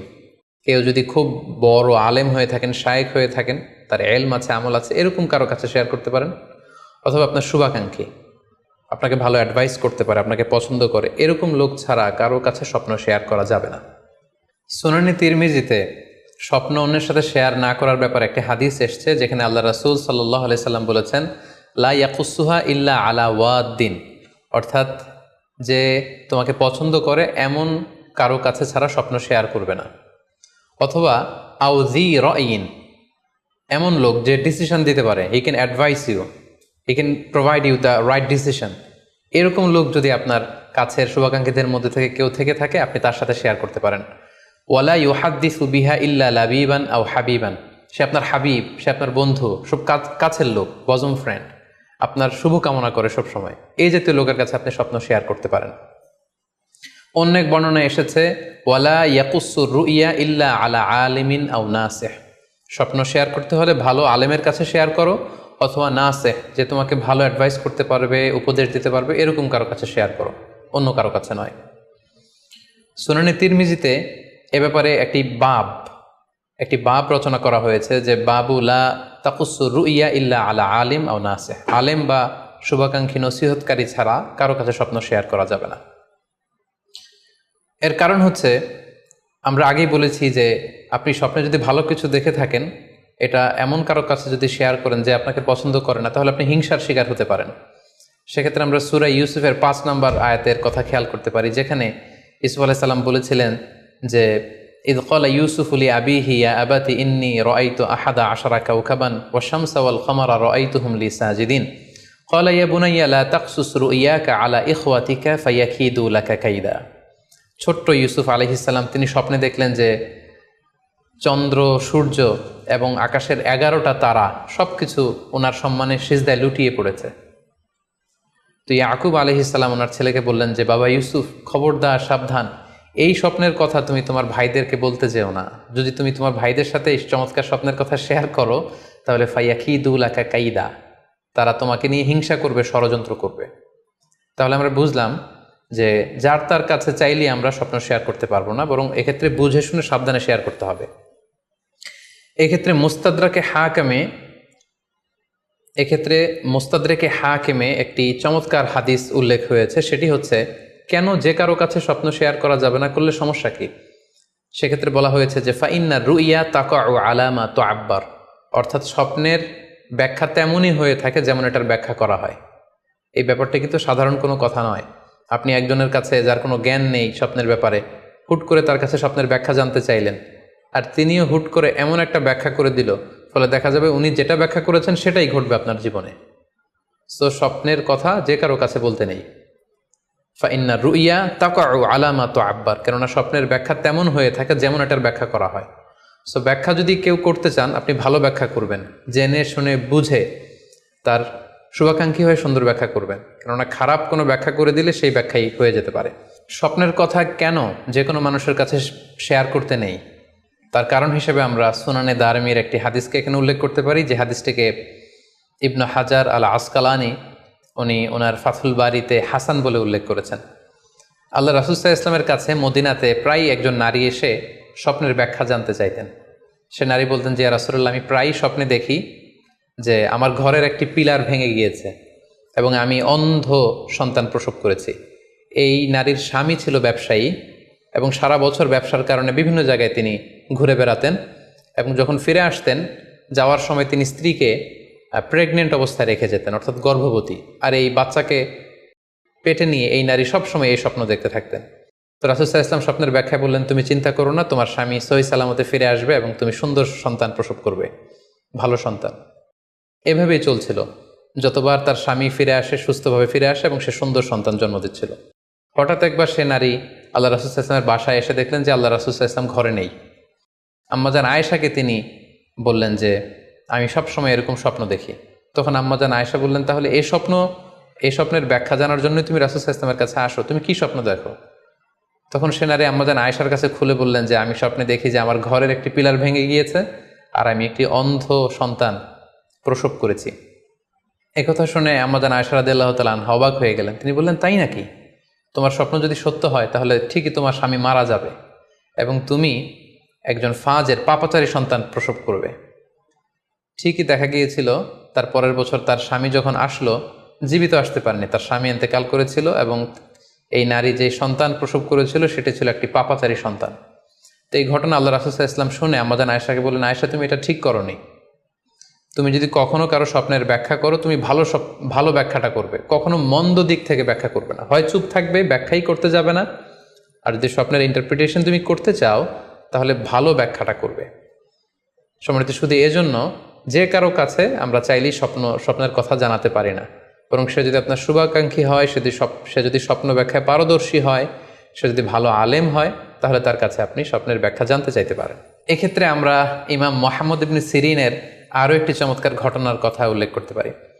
Muhammad ইবনে সিরিন উনি ছাত্রদেরকে নিয়ে একবার তালিম দিচ্ছিলেন। এ সময় হঠাৎ এক নারী এসে বললেন যে আমি স্বপ্নের ব্যাখ্যা জানতে চাই, মুহাম্মদ ইবনে সিরিন কোথায়? ছাত্ররা বলল উনি একটু বাইরে গিয়েছেন, আপনি স্বপ্নে কি দেখেছেন? মহিলাটি বলল যে আমি স্বপ্নে দেখেছি আমার ছেলে সাগর থেকে শুধু পানি পান করছে। হঠাৎ সেই মসজিদ থেকে এক ছাত্র বলল, তাই নাকি? আপনি যদি এই স্বপ্ন দেখে থাকেন তাহলে আপনার বাচ্চাটা মারা যাবে। ইমাম মুহাম্মদ ইবনে সিরিন পরবর্তীতে যখন আসলেন, এসে ছাত্রদের কাছে যখন জানতে পারলেন, তখন তিনি বললেন যে তুমি কেন এই স্বপ্নের ব্যাখ্যা করেছো? কারণ সাগরের লোনা পানি এটা যে সবসময় অযোগ্য, পানের অযোগ্য, ব্যাপারটা এমনটা নয়। সাগরের ভেতরে তো মণিমুক্তাও আছে। বরং আমি হলে ব্যাখ্যা করতাম যে তোমার ছেলে সাগর থেকে পানি খাচ্ছে, তোমার ছেলে অনেক বড় আলেম হবে। কিছুদিন পরে আরেক লোক এসে মুহাম্মদ ইবনে সিরিনের কাছে জানতে চাইলেন যে আমি স্বপ্নে দেখছি যে আমার ছেলে সাগর থেকে শুধু পানি নিয়ে খাচ্ছে। তিনি বললেন আশা করা যায় তোমার ছেলে অনেক বড় আলেম হবে। ঠিকই দেখা গেল কিছুদিন পরে যেই মহিলাটি স্বপ্নের ব্যাখ্যা জানতে এসেছিলেন তার ছেলেটি মারা গিয়েছে, আর ওই যেই লোক মুহাম্মদ ইবনে সিরিনের কাছে স্বপ্নের সুন্দর ব্যাখ্যা নিয়ে গেলেন তার ছেলে ওই সময়ের অনেক বড় আলেম হয়েছিল। এই জন্য সম্মানিত শুধু যে কারো কাছে স্বপ্নের ব্যাখ্যা জানতে চাইতে নেই, আর স্বপ্নের ব্যাখ্যা যদি করতে হয় ভালো ব্যাখ্যা করতে হবে, তা না হলে চুপ থাকতে হবে। স্বপ্নের ক্ষেত্রে ইসলামের যে দিক নির্দেশনা, সেক্ষেত্রে আরও একটি দিক নির্দেশনা হচ্ছে স্বপ্ন কখনো শরীয়তের দলিল হতে পারে না।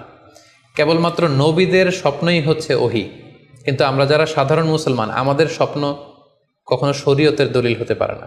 এটা আপনার জন্য কোনো একটা বিশেষ ধরনের অনুধাবন হতে পারে, আপনার বিশেষ ফিলিংস হতে পারে, আপনার একার জন্য কোনো ধরনের গাইডেন্স হতে পারে আল্লাহর পক্ষ থেকে, কিন্তু এটাকে শরীয়তের দলিল বলে চালিয়ে দেওয়া যাবে না।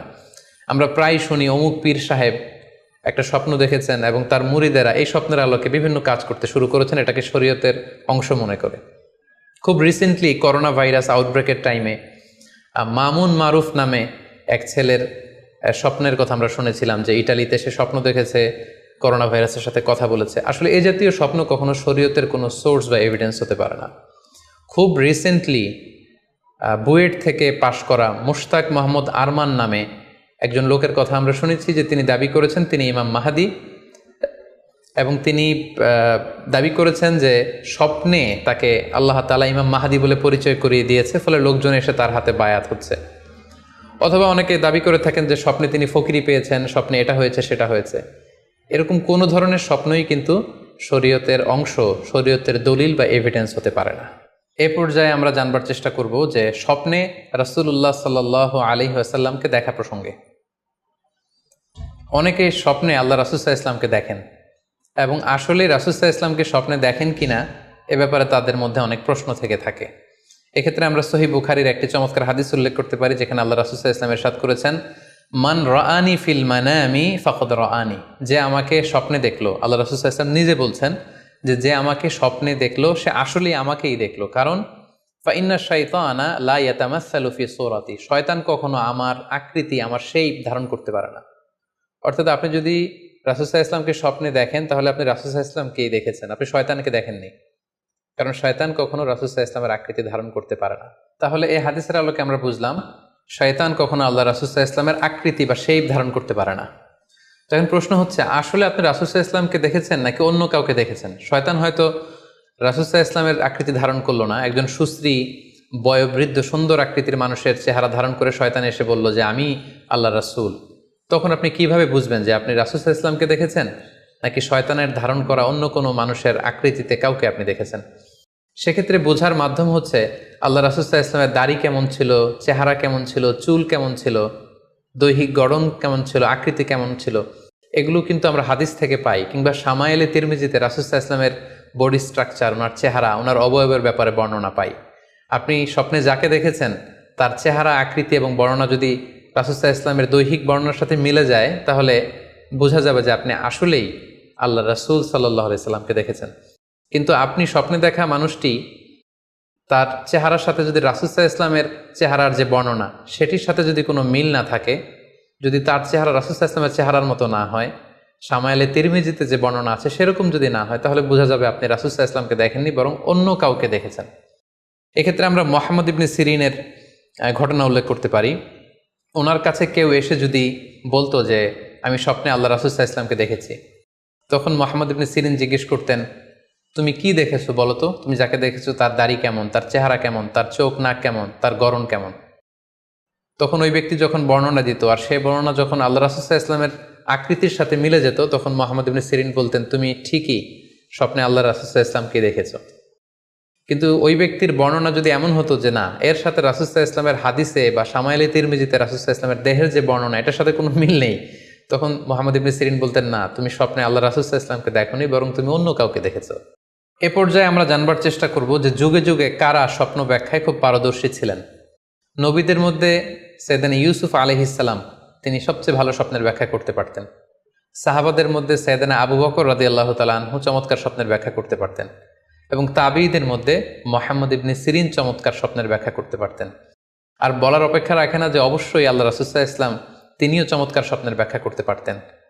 সহিহ মুসলিমে, সুনানে আবু দাউদে একটি হাদিস এসছে যে আল্লাহ রাসূল সাল্লাল্লাহু আলাইহি ওয়াসাল্লাম ফজরের সালাতের পরে তাসবিহ শেষে সাহাবাদের কাছে জানতে চাইতেন যে গতকাল রাতে কে কি স্বপ্ন দেখেছো আমার কাছে বলো, আমি সেই স্বপ্নের ইন্টারপ্রিটেশন তোমাদেরকে জানাবো। কানা নবী সাল্লাল্লাহু আলাইহি ওয়াসাল্লাম ইযা সাল্লা সুবহা আকবালা আলাইহিম বিওয়াজহিহি ফাকালা হাল রাআ আহাদুম মিনকুম আল বারিহাতা রুইয়া। সহিহ মুসলিমের বর্ণনা, ফজরের নামাজের পর তিনি প্রত্যেকদিন জিজ্ঞেস করতেন, গতকাল রাতে কেউ কি কোনো ভালো স্বপ্ন দেখেছো, কেউ কি কোনো স্বপ্ন দেখেছো, আমার কাছে উল্লেখ করো, আমি এটার ব্যাখ্যা করে দেব। সম্মানিত সুধী, আমরা বলছিলাম যে ইউসুফ আলাইহিস সালাম খুব ভালো স্বপ্নের ব্যাখ্যা করতে পারতেন, এবং সূরা ইউসুফের 111 নম্বর আয়াতে ব্যাপারে আল্লাহ উল্লেখ করেছেন সাইয়েদনা ইউসুফ আলাইহিস সালামের কথা, যে তিনি বলেছেন, রব্বি কদ আতাইতানি মিনাল মুলকি ওয়া আল্লামতানি মিন তা'ওয়িলিল আহাদিস।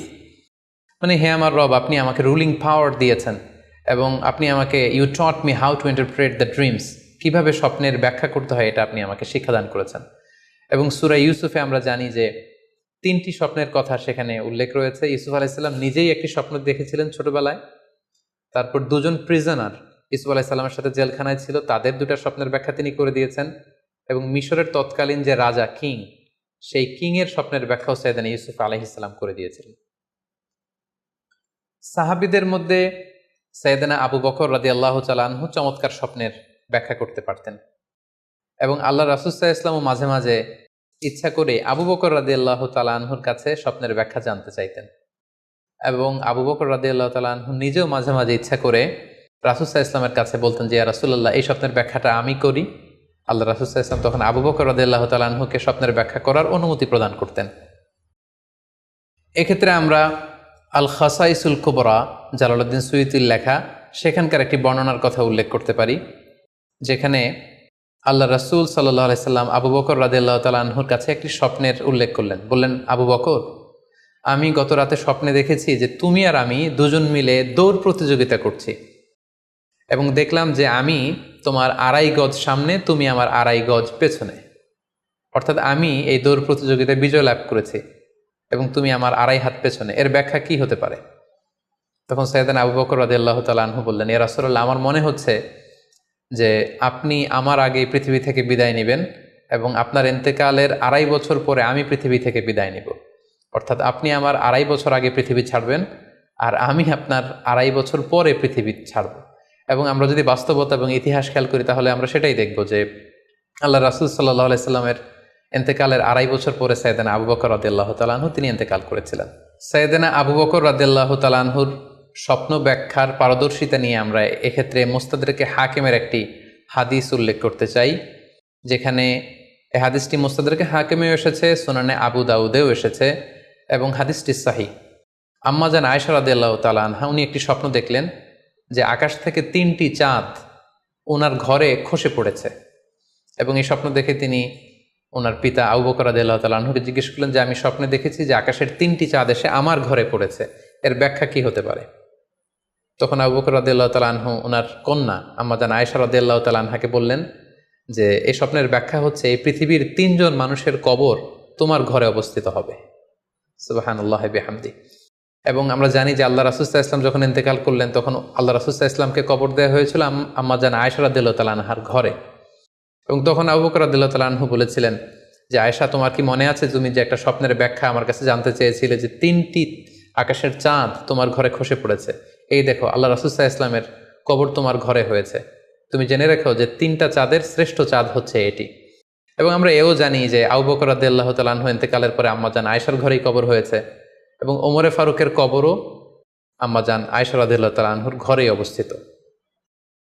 তাহলে এই হাদিসগুলোর আলোকে আমরা বুঝতে পারি যে সাহাবাদের মধ্যে আবু বকর রাদিয়াল্লাহু তাআলা আনহু ছিলেন স্বপ্ন ব্যাখ্যায় সবচেয়ে পারদর্শী। তাবিঈদের মধ্যে স্বপ্ন ব্যাখ্যায় সবচেয়ে পারদর্শী ছিলেন মুহাম্মদ ইবনে সিরিন। আমরা ওনার নাম প্রায় শুনে থাকি। তিনি স্বপ্ন ব্যাখ্যার ক্ষেত্রে খুব এক্সপার্ট ছিলেন।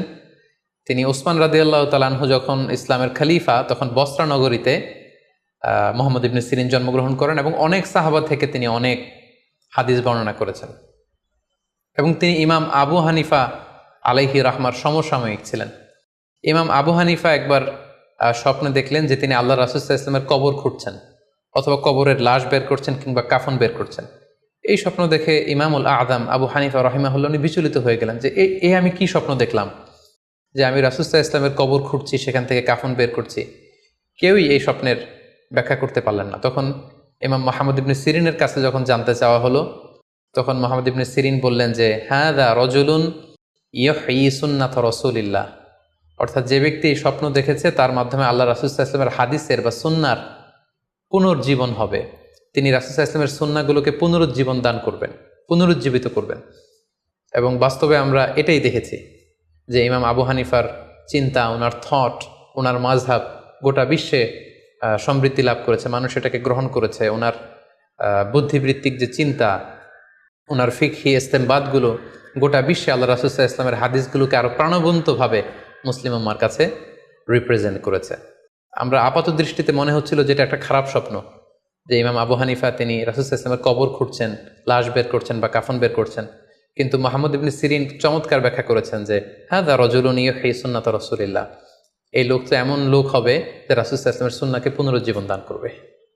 এই পর্যায়ে আমরা জানবার চেষ্টা করব যে কোরআন সুন্নাহর আলোকে বিভিন্ন সিম্বল বা প্রতীক বা চিহ্নের দিকে খেয়াল রেখে স্বপ্নের ব্যাখ্যা করা। আমরা বলেছিলাম যে কিছু কিছু স্বপ্ন আছে খুব সফিস্টিকেটেড, সিম্বলিক বা আইকনিক, যেখানে কোনো ইঙ্গিত দেয়া হচ্ছে, ইঙ্গিতবহ, এবং যেটার ইন্টারপ্রিটেশন না করলে এটা দিয়ে আসলে কি বোঝানো হচ্ছে এটা বোঝা যায় না। সেক্ষেত্রে কোরআন সুন্নাহর আলোকে, স্কলারদের অভিজ্ঞতার আলোকে কিছু আইকন বা সিম্বল, এগুলোর মিনিং কি হতে পারে সে ব্যাপারে আমরা জানবার চেষ্টা করব। এক্ষেত্রে আমরা বলবো যে কেউ যদি স্বপ্নে রশি দেখে, স্বপ্নে যদি সে রশি দেখে তাহলে এটা গুড সাইন। এটা কেমন যেন আল্লাহর সাথে একটা প্রতিশ্রুতির সাথে সম্পৃক্ত, কারণ আল্লাহ তাআলা কোরআনে ইরশাদ করেছেন ওয়াতাসিমু বিহাবলিল্লাহি জামিআ। আরবিতে রশি আরবি হচ্ছে হাবল, মানে ওয়াতাসিমু বিহাবলিল্লাহি জামিআ, তোমরা আল্লাহর রজ্জু বা রশিকে আঁকড়ে ধরো। তাহলে রশি দেখা মানে এখানে আমরা আল্লাহর ওয়াদাগুলো যেন পূরণ করি, আল্লাহর আনুগত্য যেন আমরা প্রপারলি করতে পারি, এটা ইঙ্গিত করছে। এরপর স্বপ্নে যদি আমরা কাক দেখি, এটা সাধারণত একটা নেগেটিভ সাইন বহন করে, কারণ কাককে আল্লাহ রাসূল সাল্লাল্লাহু আলাইহি ওয়াসাল্লাম ফাসিক বা ফুয়াইসিক বলেছেন। সো আমরা যদি স্বপ্নে কাক দেখি এটাকে আমরা পজিটিভ কোনো সাইন মনে না করে নেগেটিভ সাইন মনে করতে পারি। তৃতীয়ত, আমরা যদি স্বপ্নে লম্বা কাপড় দেখি এটা গুড সাইন। কারো গায়ে যদি লম্বা জামা থাকে তাহলে এটা গুড সাইন, আর খাটো জামা থাকলে সাধারণত এটা নেগেটিভ সাইন। এক্ষেত্রে আমরা সহিহ বুখারীর একটা হাদিসকে উল্লেখ করতে পারি। আল্লাহর হাবিব সাল্লাল্লাহু আলাইহি ওয়াসাল্লাম বলেছেন যে আমার সামনে অনেক মানুষকে পেশ করা হলো, তাদের কারো জামা নাভি পর্যন্ত, কারো জামা হাঁটু পর্যন্ত, কারো জামা পা পর্যন্ত। আর সেক্ষেত্রে ওমরে ফারুককে দেখলাম যে এত লম্বা জামা পরে সে হেঁটে যাচ্ছে, সে তার জামা টেনে টেনে নিয়ে যাচ্ছে। তো সাহাবারা বললেন মা আউয়ালতাহু ইয়া রাসূলুল্লাহ, হে আল্লাহর রাসূল আপনার এই স্বপ্ন থেকে আপনি কি বোঝাতে চাইলেন? আল্লাহ রাসূল সাল্লাল্লাহু আলাইহি ওয়াসাল্লাম বললেন আউয়ালতুহু আদ-দীন, এটা দ্বারা আমি দিনদারি বোঝাতে চাইলাম। অর্থাৎ যার জামা লম্বা তার মানে তার তাকওয়া বেশি বা তার দিনদারি বেশি। আর স্বপ্নে যদি কারো জামা খুব ছোট খাটো বা জামাহীন অবস্থায় কাউকে দেখা হয়, এটা সাধারণত তার দিনদারি কমে যাচ্ছে বা তার তাকওয়া is decreasing day after day, এটার একটা সাইন বহন করে। পাশাপাশি দুধ, স্বপ্নে যদি কেউ দেখে সে দুধ খাচ্ছে, এটা একটা ভালো সাইন। স্বপ্নে দুধ খেতে যদি দেখা হয় তাহলে তার জ্ঞান বৃদ্ধি পাবে বলে এটা একটা সাইন বা আলামত বহন করে। সেক্ষেত্রেও আমরা বুখারীর একটা হাদিস উল্লেখ করতে পারি, যেখানে আল্লাহ রাসূল সাল্লাল্লাহু আলাইহি ওয়াসাল্লাম একটা স্বপ্নের কথা সাহাবাদেরকে শেয়ার করছিলেন। তিনি বললেন যে আমাকে এক বাটি দুধ দেয়া হলো, আমি সেখান থেকে দুধ খেলাম, তারপর দেখলাম যে আমার আঙ্গুল থেকে দুধ বের হচ্ছে, আর সেখানে যে অবশিষ্ট দুধ রয়ে গেল সেটা আমি ওমরে ফারুকের মুখে দিলাম। ওমরে ফারুক সেই অবশিষ্ট দুধটা খেলো। এই স্বপ্নের কথা শুনে সাহাবারা বললেন, মা আউয়ালতা বিহি ইয়া রাসূলুল্লাহ, হে আল্লাহ রাসূল, এটা দিয়ে আপনি কি ব্যাখ্যা করলেন? ফামা আউয়ালতাহু ইয়া রাসূলুল্লাহ, আল্লাহ রাসূল সাল্লাল্লাহু আলাইহি ওয়াসাল্লাম বললেন, আল ইলম, এটা দিয়ে আমি জ্ঞানের ব্যাখ্যা করেছি। অর্থাৎ দুধ হচ্ছে জ্ঞানের প্রতীক। দুনিয়াতেও তো আমরা দেখি যে দুধ হচ্ছে সুষম একটা খাবার, খাদ্যের পুষ্টিগুণের 6টি গুণাগুণ দুধের মধ্যে পাওয়া যায়। সো কেউ যদি স্বপ্নে দেখেন যে তিনি দুধ পান করছেন, আশা করা যায় এটা তার জন্য ভালো সাইন, তার জ্ঞান বাড়বে বলে আমরা ধারণা করতে পারি। এবার স্বপ্নে যদি কেউ দেখে যে সে আজান দিচ্ছে, এটাও ভালো সাইন। স্বপ্নে আজান দেয়া এটা সাইন হচ্ছে সে হয়তো অচিরে হজ করতে যাবে। হজের সাথে আজানের কি সম্পর্ক? এর কারণ হচ্ছে সূরা হজ্জে আল্লাহ তাআলা সাইয়েদনা ইব্রাহিম আলাইহিস সালামকে যখন বলেছিলেন যে তুমি হজ শুরু করো, তখন তিনি বলেছিলেন, ইব্রাহিম তুমি আজান দাও, ওয়া আযযিন ফিন নাসি বিল হজ ইয়াতুকা রিজালা ওয়া আলা কুল্লি দামিরি ইয়াতিনা মিন কুল্লি ফাজ্জিন আমিক। অর্থাৎ হে ইব্রাহিম তুমি আজান দাও। ইব্রাহিম আলাইহিস সালাম বললেন, কোথায় আজান দিব? চারদিকে তো মরুভূমি। আল্লাহ তাআলা বললেন, ইব্রাহিম তুমি আজান দাও, এই আজানের আওয়াজ বা শব্দ পৃথিবীর সবার কানে আমি পৌঁছে দেব। তো সাইয়েদনা ইব্রাহিম আলাইহিস সালাম তখন হজের আজান দিলেন বা ঘোষণা দিলেন। আজান শব্দের অর্থ হচ্ছে অ্যানাউন্স, টু অ্যানাউন্স, মানে ঘোষণা দেয়া। সো আপনি যদি স্বপ্নে দেখেন যে আপনি আজান দিচ্ছেন বা কেউ আজান দিচ্ছে, তাহলে সে অচিরে হজ করবে বা হজ রিলেটেড কোনো একটা ব্যাখ্যা হতে পারে। এভাবে আজানকে হজের সাথে সম্পৃক্ত করা হয়েছে এবং এটা ভালো একটি স্বপ্ন। এবার স্বপ্নে যদি কেউ গর্ত দেখে যে সে গর্ত খুঁড়ছে বা তার জন্য কেউ গর্ত করছে, এটা ষড়যন্ত্রের সাথে সম্পৃক্ত। কেননা আরবি প্রবাদে আছে যে মান হাফারা হুফরাতান ওয়াকা ফিহা, কেউ যদি কারো জন্য গর্ত করে তাহলে সেই গর্তে সে নিজে আগে পড়বে। তাহলে গর্ত করা মানে অনেকটা কারো বিরুদ্ধে শত্রুতা করা বা ষড়যন্ত্র করার একটা চিহ্ন বহন করে। এবার স্বপ্নে যদি কেউ নৌকা দেখে বা শিপ দেখে, জাহাজ দেখে যে সে জাহাজে আরোহণ করছে বা নৌকায় আরোহণ করছে, এটা তার জন্য একটা ভালো সাইন। সে কোনো বিপদ থেকে মুক্তি পাবে বলে ধারণা করা যেতে পারে। কারণ সূরা আনকাবুতের 15 নম্বর আয়াতে আল্লাহ বলছেন, ফাআনজাইনাহু ওয়া আসহাবাস সাফিনাতি ওয়া জাআলনাহা আয়াতাল লিল আলামিন। অর্থাৎ আমি নূহ আলাইহিস সালাম এবং তার সাথের ঈমানদার সবাইকে আমি এই নৌকায় উঠিয়েছি এবং মহাপ্লাবন থেকে তাদেরকে আমি বাঁচিয়েছি। আর এই মহাপ্লাবনকে আমি গোটা বিশ্বের জন্য একটা নিদর্শন করে রেখেছি। সো নৌকায় ওঠা বা জাহাজে ওঠা, কোনো শিপে বা লঞ্চে ওঠা, এটা আপনি বিপদ থেকে মুক্তি পাবেন, and you are in the safe zone, এই ধরনের একটা ইঙ্গিত বহন করে।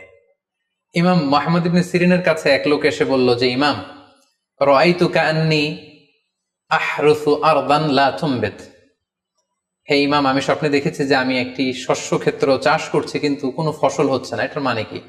তিনি ব্যাখ্যা করে দিলেন, আনতা তা'জিলু আন ইমরাআতিক, অচিরেই হয়তো তোমার স্ত্রীর সাথে তোমার সেপারেশন হয়ে যেতে পারে।